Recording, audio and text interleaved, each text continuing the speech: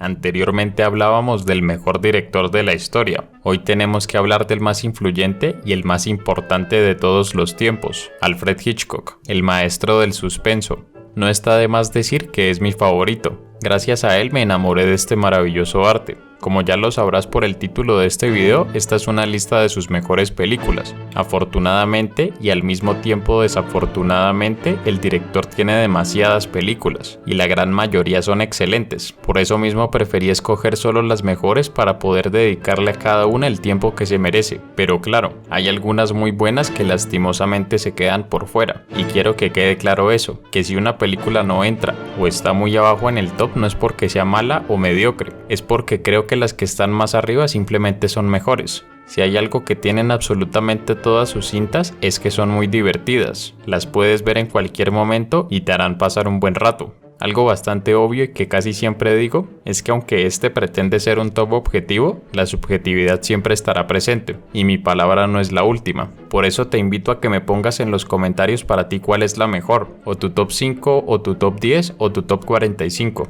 como lo prefieras. Decirles también que el video quizás contenga algún spoiler, pero no se preocupen, yo les avisaré así que pueden mirar con tranquilidad. Creo que ahora sí podemos pasar a repasar las mejores películas del señor Alfred Hitchcock.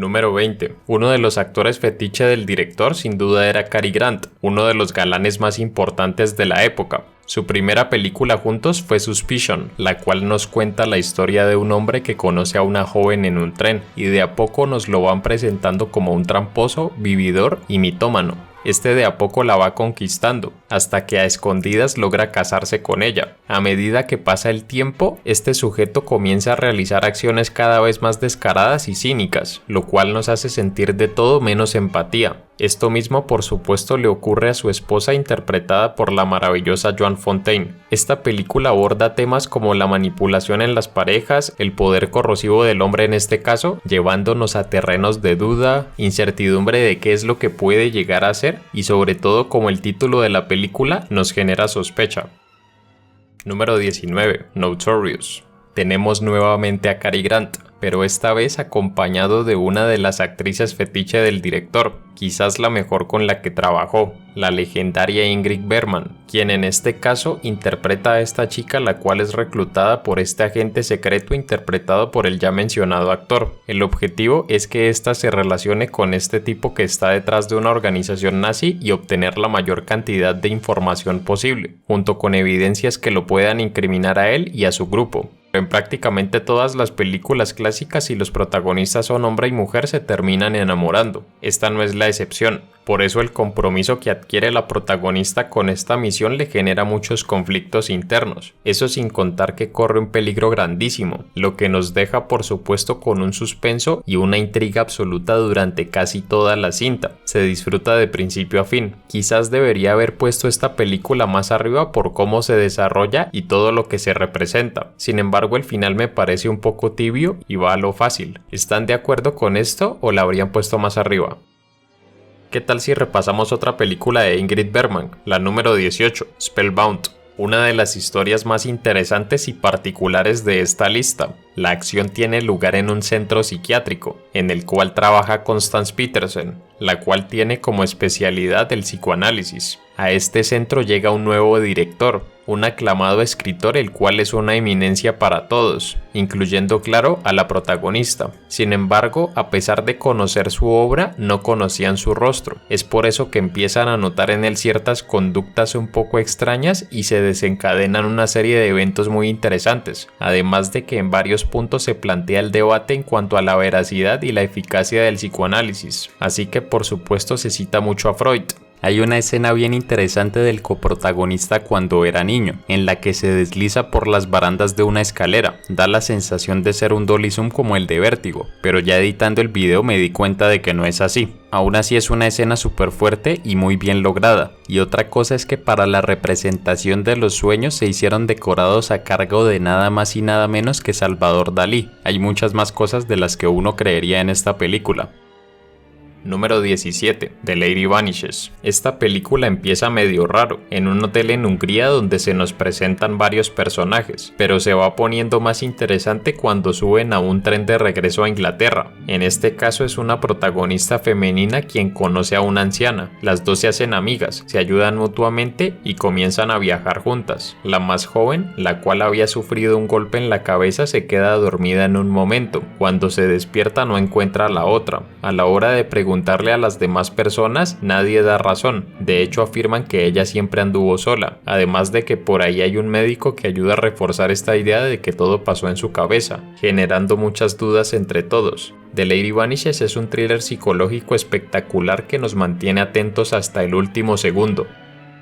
Número 16. Atrapar a un ladrón. Esta claramente es una de las cintas que más impregnadas tiene el sello Hitchcock. Está Cary Grant, está Grace Kelly, otra de sus actrices fetiche, y esta vez de una forma más literal. Además de eso, contiene uno de sus temas más recurrentes, la del hombre acusado de un crimen que no cometió. Esta película nos narra cómo John Robbie, más conocido como El Gato, es un reconocido y ya retirado ladrón de joyas. A partir de una serie de robos, este se convierte en el principal sospechoso, así que para demostrar su inocencia debe atrapar al verdadero culpable. Es por esto que gracias a un contacto logra acercarse a personas poseedoras de joyas valiosas, entre ellas esta señora y su hija que sirven de señuelo para el ladrón. Una cinta plagada de escenas muy memorables, belleza, intriga y claro, suspenso.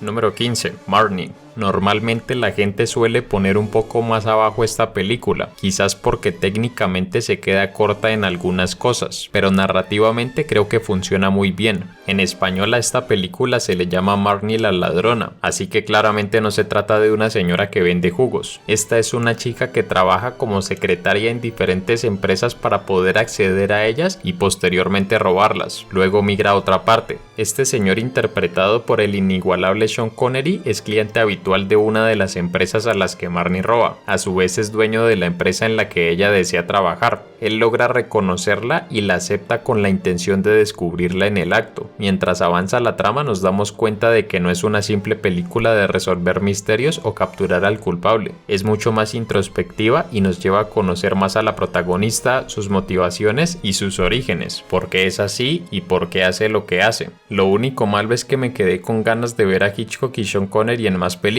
Habría sido espectacular.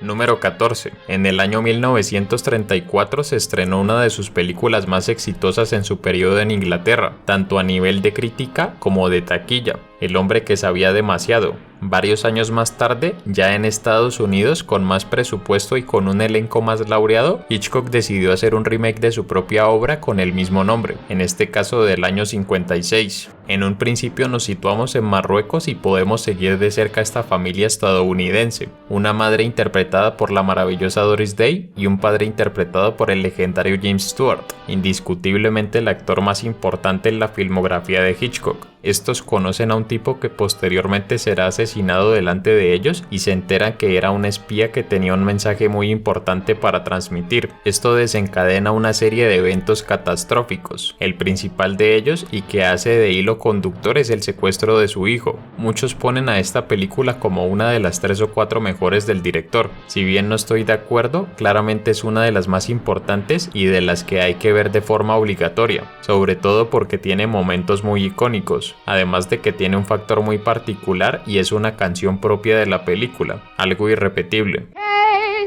será, whatever will be.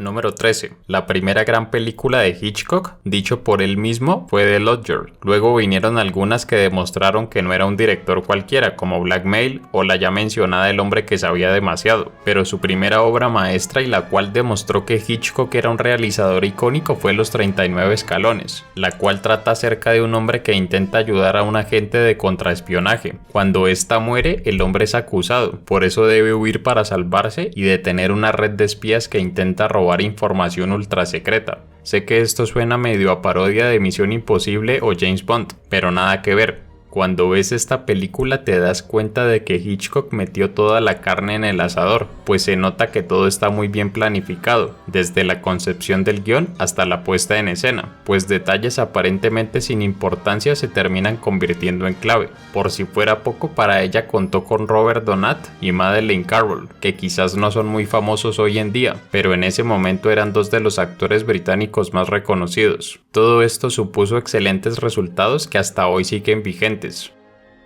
Número 12. Si Los 39 Escalones fue su primera gran obra maestra, muy seguramente la última fue Frenesí. Curiosamente, esta también es británica. Recordemos que Hitchcock se fue a Hollywood antes de los años 40. Curiosamente también trata de esta temática recurrente que venimos mencionando y seguiremos mencionando. Frenesí es una película que se sitúa en Londres y se nos dice que hay un asesino serial de mujeres. Esto lo sabemos porque tiene un sello característico, sin contar que abusa sexualmente de ellas antes de matarlas.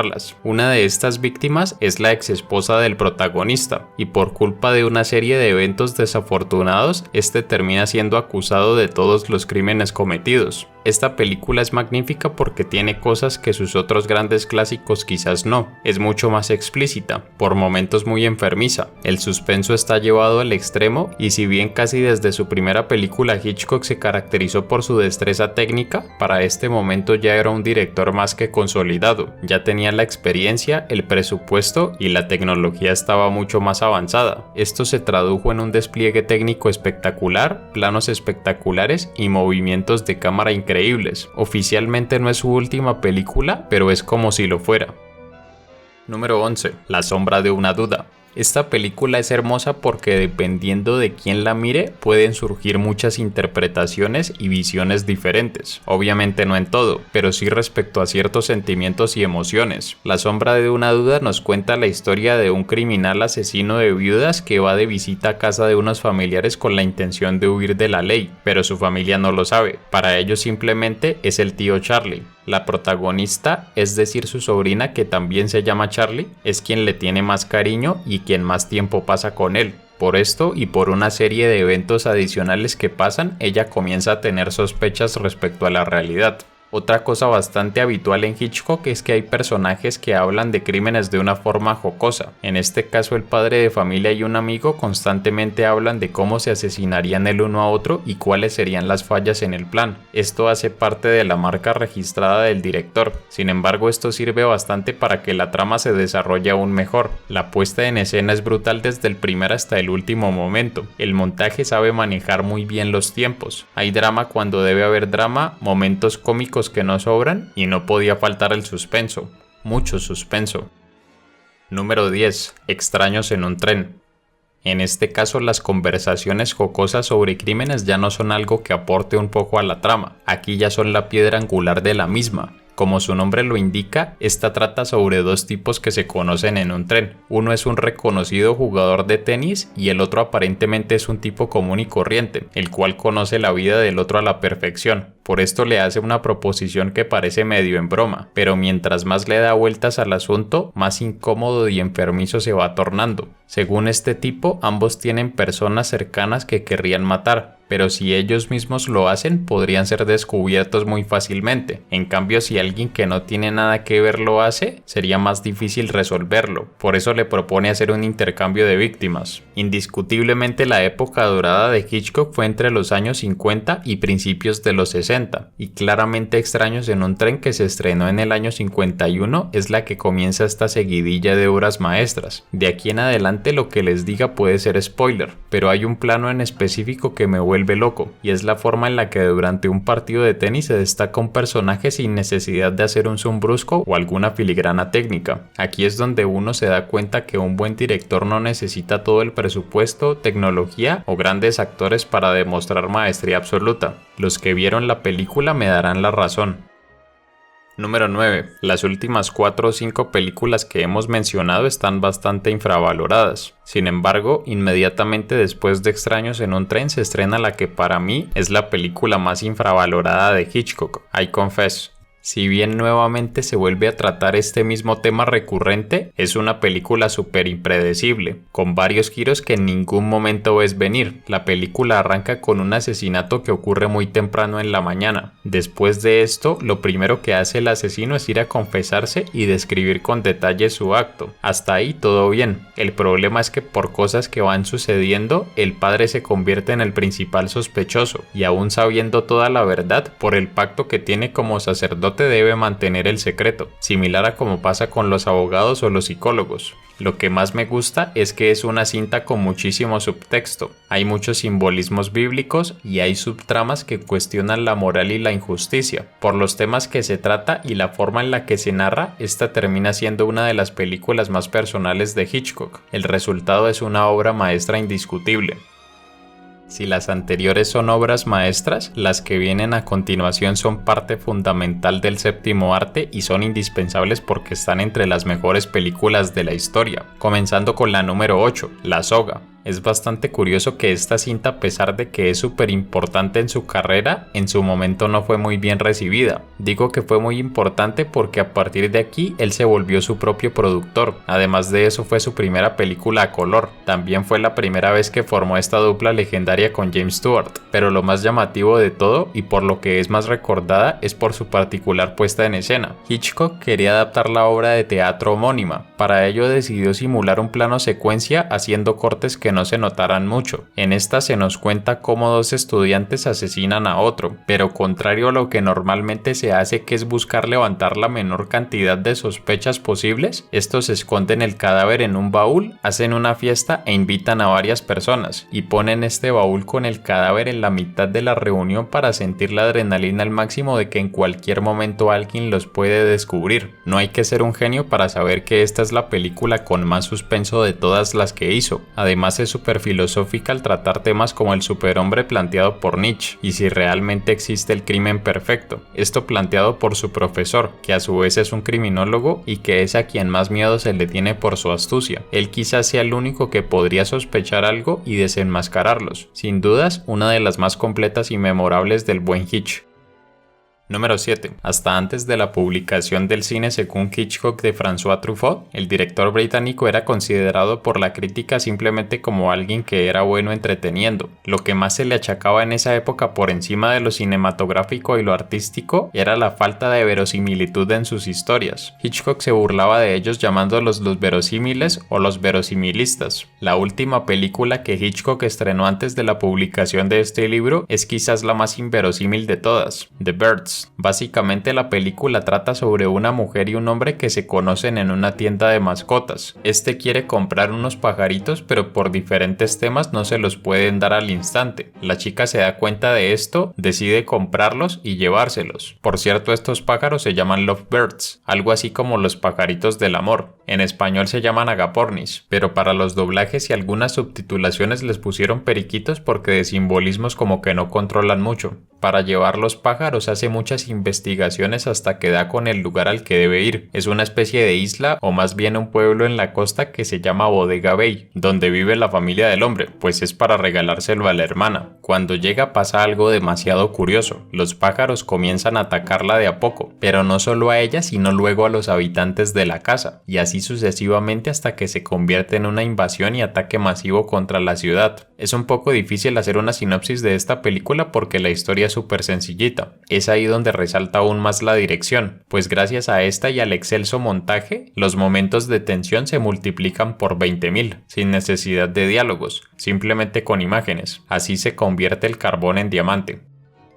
Número 6. Como ya les he dicho en más de una ocasión, algunas de las historias de Hitchcock no son las más brillantemente escritas o con el mejor argumento, pero la dirección le da un plus grandísimo. En este caso, Dial M for Murder o El crimen perfecto sí que está brillantemente escrita, y como no podía ser de otra forma, brillantemente dirigida. Hay algo bien interesante y es que por esa época estaban en auge las proyecciones en 3D. Hitchcock, al ser el director más comercial de la época, no se quedó por fuera y rodó de esta forma. Por eso cuando la vemos notamos que hay como muchos planos picados y contrapicados y planos detalle de algunos objetos, pero a diferencia de muchos que lo hicieron en ese momento o algunos más recientemente por la filigrana y el show, Hitchcock se centró en lo más importante, la narración de la historia. Esta trata sobre un exjugador de tenis que planea matar a su esposa porque ésta le es infiel y planea heredar su fortuna. Para esto tiene un plan exageradamente bien elaborado, al punto tal que ni siquiera tiene que ensuciarse las manos. Cuando lo explica nos quedamos locos. Esta fue la primera vez que Hitchcock y la magnífica Grace Kelly trabajaron juntos, ya saben el resto. Además de eso, el protagonista, o más bien antagonista, es interpretado por el gran Ray Milland, de los más laureados de la época. Si les cuento más entraré en spoilers, así que simplemente diré que La resolución del crimen es una obra maestra de los policiales y películas sobre detectives. Es imposible no quedarse atónito con cada detalle, sin duda es de mis favoritas.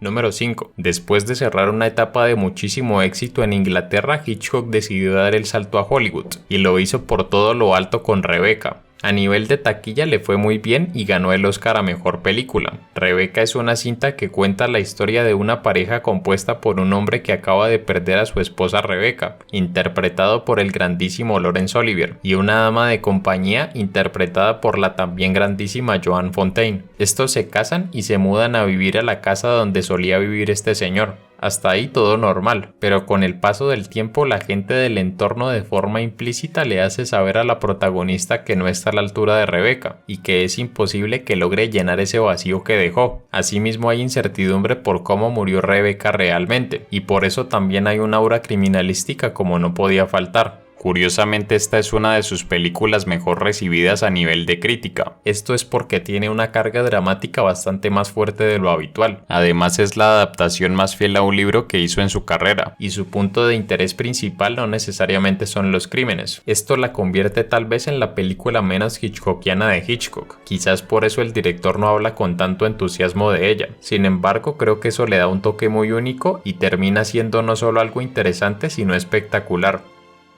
En los anteriores puestos podemos no estar de acuerdo, pero a partir de aquí ya es innegociable. Creo que he escogido el orden correcto, pero si alguien me dice que alguna de estas 4 es la mejor de Hitchcock, lo compro totalmente. Si Rebecca es la menos hitchcockiana, en este caso la número 4 es muy seguramente la más hitchcockiana de todas, North by Northwest. Bruce Lee decía una frase que podría definir muy bien lo que se hace en esta película: no le temo al hombre que ha practicado 10.000 patadas una vez, le temo al hombre que ha practicado una patada 10.000 veces. Anteriormente hicimos un video con las películas de Kubrick y concluíamos que hizo la mejor película en más de un género. En este caso las películas de Hitchcock en su mayoría son del mismo género, sobre todo este tema recurrente que hablamos al principio del hombre que es acusado injustamente de algo. Esto le ha servido a muchos para desacreditarlo. Sin embargo, llegado a este punto ha dominado este esquema también, que sale con esta maravilla. La cinta nos muestra cómo por un malentendido un hombre del mundo de la publicidad es confundido con un agente infiltrado. Por eso unos mafiosos lo secuestran y están a punto de matarlo, pero como está interpretado por Cary Grant logra salvarse.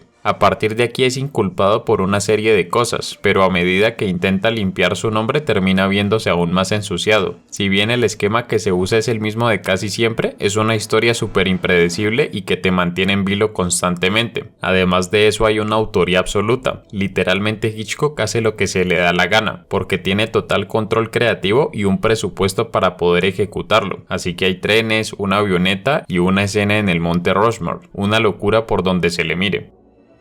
Número 3. Rear Window, más conocida como La Ventana Indiscreta, es la película con la que Hitchcock pasa de ser un director grandioso a ser alguien legendario e historia fundamental del cine, logrando un estándar de calidad prácticamente inigualable. Me gusta definir esta cinta como una masterclass de cine, pues usa de una forma magistral un gran porcentaje de los elementos del lenguaje cinematográfico. Creo que merece un video exclusivo analizándola porque podríamos estar horas. Sin embargo, hay un par de detalles que no podemos pasar por alto, y es que le bastan solo un par de minutos y cero diálogo para presentarnos el contexto en el que nos encontramos. Un reportero fotográfico sufrió un accidente y por eso tiene que permanecer enyesado en su casa. De hecho, toda la acción ocurre ahí y es el punto de vista del protagonista el que vemos, que por cierto este es uno de los elementos que mejor se maneja, el point of view o punto de vista.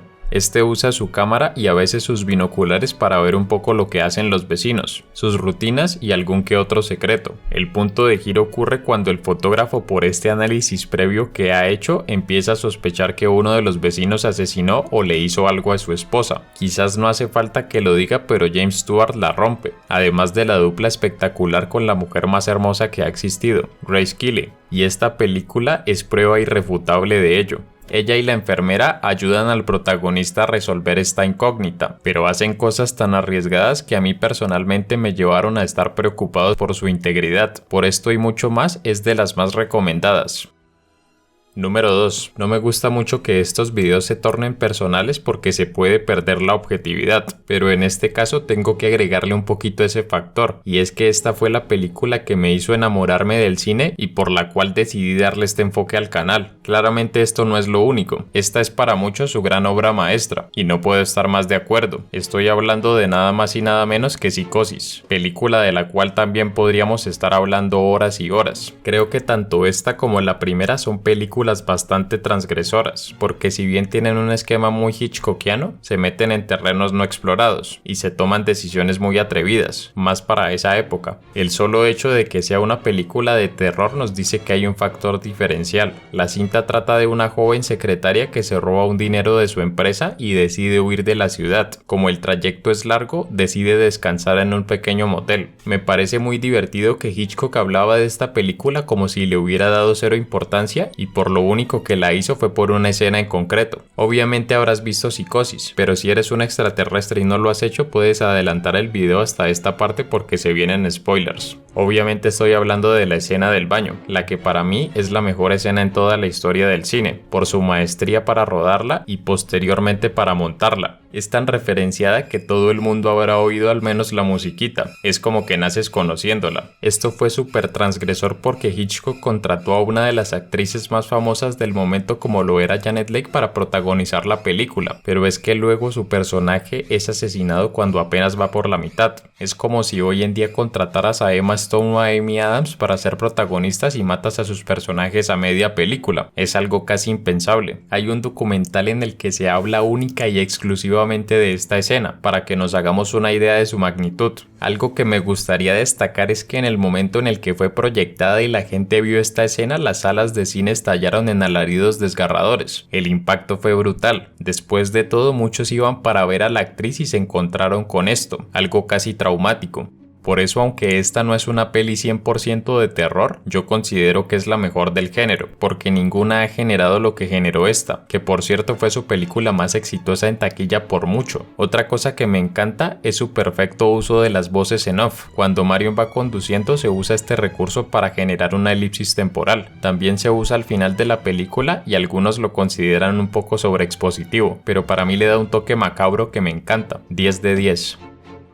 Número 1. Vértigo. Fue demasiado difícil decidirme, pero considero que si Psicosis, su obra maestra, es un 10, Vértigo es un 10.1. Ya he dicho antes que el color no es una herramienta indispensable, pero sí que puede ser un valor agregado a la hora de narrar una historia. Vértigo indiscutiblemente es la que mejor hace uso de esto. Desde los créditos iniciales te das cuenta de que esto es otro nivel. Fue la primera vez que se hizo algo así. Comenzando la cinta se nos muestra cómo un detective que no podía ser otro que James Stewart sufre un evento traumático que hace que su acrofobia, es decir miedo a las alturas, se convierta en vértigo. Gracias al dolly zoom los planos cenitales de lugares altos se vuelven todavía más altos. Ya estando retirado, un amigo suyo lo contrata para una misión muy simple: vigilar a su esposa que anda haciendo cosas medio raras. La cosa se va tornando cada vez más mística y comienza a dar un giro hacia una relación amorosa. No les puedo revelar más porque aquí pasa de todo, además de que también tiene un final muy atrevido. Lo mejor de todo es que está plagadísima de simbolismos y da un discurso súper interesante. Yo incluso lo definiría como una autocrítica hacia este evidente fetiche con las rubias que tenía Hitchcock y que de cierta forma forma también ayudó a convertir en un canon de belleza. Ya haré un video profundizando esto.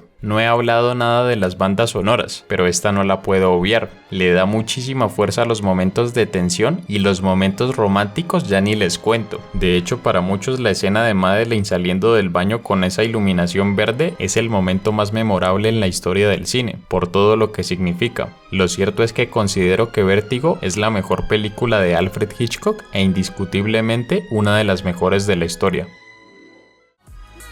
Si quieres ver más recopilaciones de las mejores películas de algunos actores y directores, aquí te dejo una lista de reproducción. Pronto analizaré varias películas de Hitchcock, así que suscríbete y mientras tanto puedes ver más análisis en esta otra lista. Nos vemos pronto.